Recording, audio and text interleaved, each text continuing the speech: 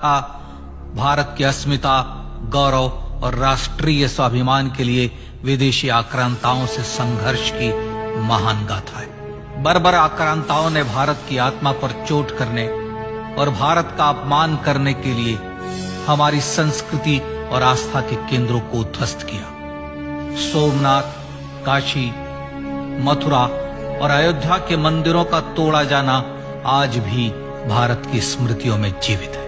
सन 1528 में अयोध्या में भगवान श्री राम के मंदिर का मुगल आक्रांता बाबर द्वारा तोड़ा जाना ऐसी ही एक अक्षम्य घटना थी जिसने सीधे भारत के सम्मान और आत्मा पर चोट की।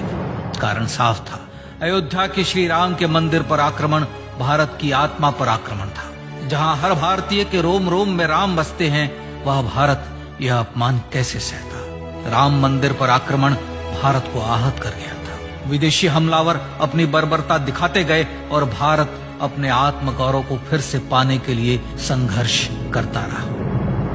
भारत रामलला के जन्म स्थान पर बाबर के नाम पर बने एक ढांचे को देखता और उसे हटाने का संकल्प लेकर शक्ति संजोया करता।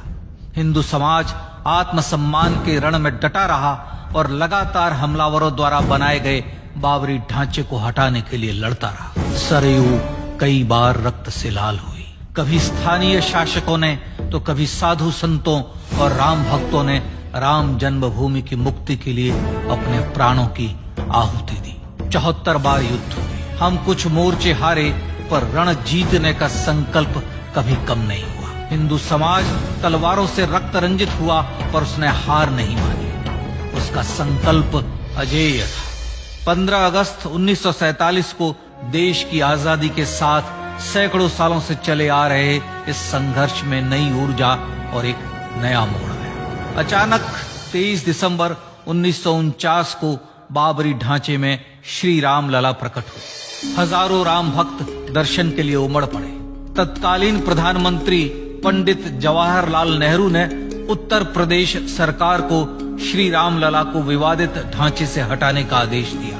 उत्तर प्रदेश सरकार ने अयोध्या के कलेक्टर को यह काम दिया और यह निर्देश भी कि जरूरत पड़ने पर वे बल का प्रयोग भी करें। अयोध्या के कलेक्टर ने सरकार को उत्तर दिया कि यह नरसंहार के बिना संभव नहीं है, और फिर भी वह ऐसा चाहती है तो किसी दूसरे कलेक्टर से यह काम करवा ले। परिणाम स्वरूप रामलला की मूर्ति वहीं विराजमान रही।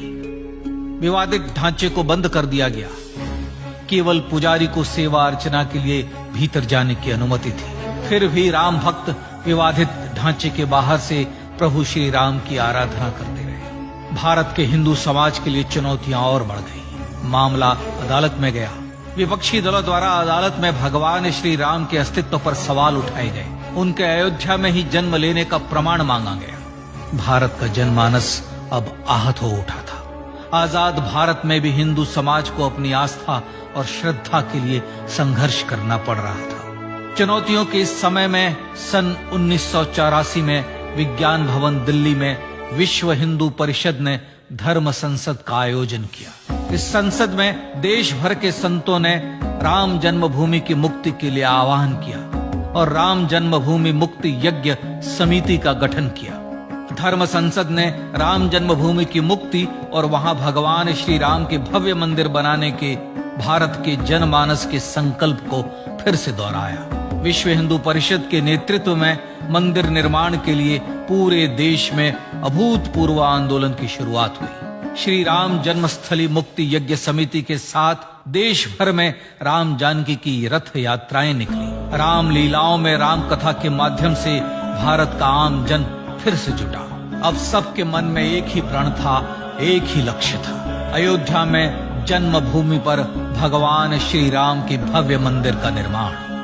सन 1989 में विश्व हिंदू परिषद द्वारा गांव-गांव से रामशिला पूजन करके अयोध्या भेजी गई।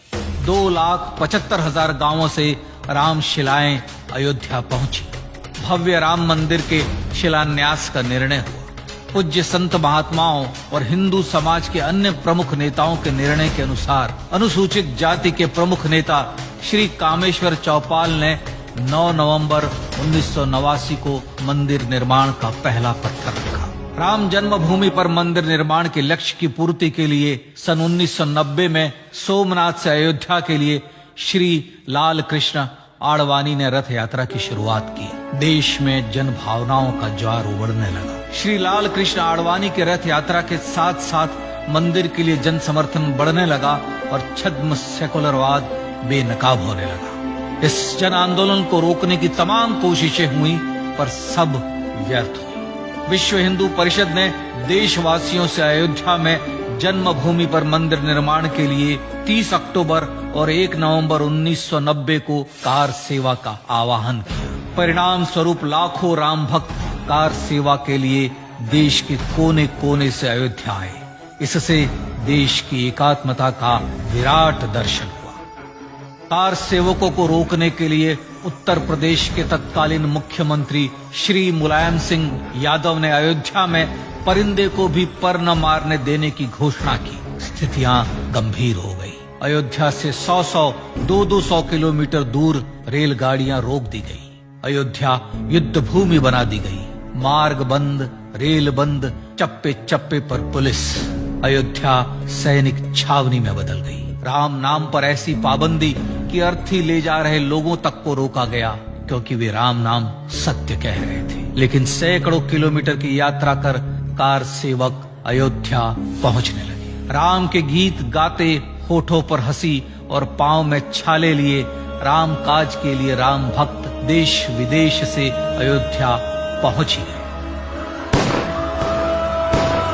कार सेवकों पर गोलियां चली। अनेक कार सेवक शहीद हुए। आजाद भारत में जन्मभूमि पर राम मंदिर के लिए कार सेवकों ने फिर एक बार अपना बलिदान दिया, पर कार सेवकों ने विवादित ढांचे पर भगवा फहरा ही दिया और इस तरह कार सेवा सफल हुई। श्री राम जन्मभूमि आंदोलन ने भारत की सुप्त आत्मा को झकझोर कर जगा दिया था। विश्व हिंदू परिषद ने फिर एक बार 6 दिसंबर 1992 को कार सेवा का आह्वान किया। राम भक्तों को कार सेवा करने देने के लिए अदालत में प्रार्थना की गई, पर अदालत ने कोई निर्णय नहीं दिया। परिणाम स्वरूप बौद्ध, जैन, सिख, स्वामीनारायण संप्रदाय, गायत्री परिवार, हर पंथ मत विचार के हिंदू एकत्र हो गए। छूत अछूत का भेद मिटा, जाति की पहचान मिटी। हम सब हिंदू, हम सब सिंधु बन गए। राम सिंधु में ज्वार उठा और देखते ही देखते 6 दिसंबर 1992 को श्री राम जन्मभूमि से बाबरी ढांचा सदा के लिए हट गया।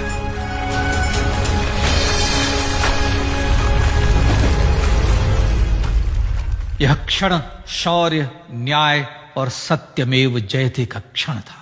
यह तो धर्मस्ततो जय का क्षण था। पर संघर्ष की गाथा यहां जाकर भी नहीं रुकी। छद्म सेकुलरवादियों द्वारा भारत और भगवान श्री राम के इतिहास को झुठलाने के लिए अदालतों में चुनौतियों का सिलसिला चलता रहा, जो 1950 से चल रहा था। हिंदू सिखों के बीच से गुजरते हुए भगवान श्री राम का दर्शन करने के लिए विवश थे। यह स्थिति थी आजाद भारत में श्री राम और राम भक्तों की। पर सत्य को तो जीतना ही था। आखिरकार देश के सर्वोच्च न्यायालय के 5 जजों की खंडपीठ ने 9 नवंबर 2019 को ऐतिहासिक निर्णय दिया और यह कहा कि अयोध्या जन्मभूमि परिसर की पूरी 67 एकड़ भूमि रामलला की। और न्यायालय ने भारत सरकार को जन्मभूमि पर मंदिर बनाने के लिए एक ट्रस्ट बनाने का आदेश दिया। सर्वोच्च न्यायालय के आदेश के अनुसार भारत सरकार ने 5 फरवरी 2020 को श्री राम जन्मभूमि तीर्थ क्षेत्र नाम के ट्रस्ट का गठन किया और राम जन्मभूमि न्यास की भूमि जो सरकार द्वारा अधिग्रहित की गई थी, उसे ही नवनिर्मित न्यास को वापस दे दिया गया।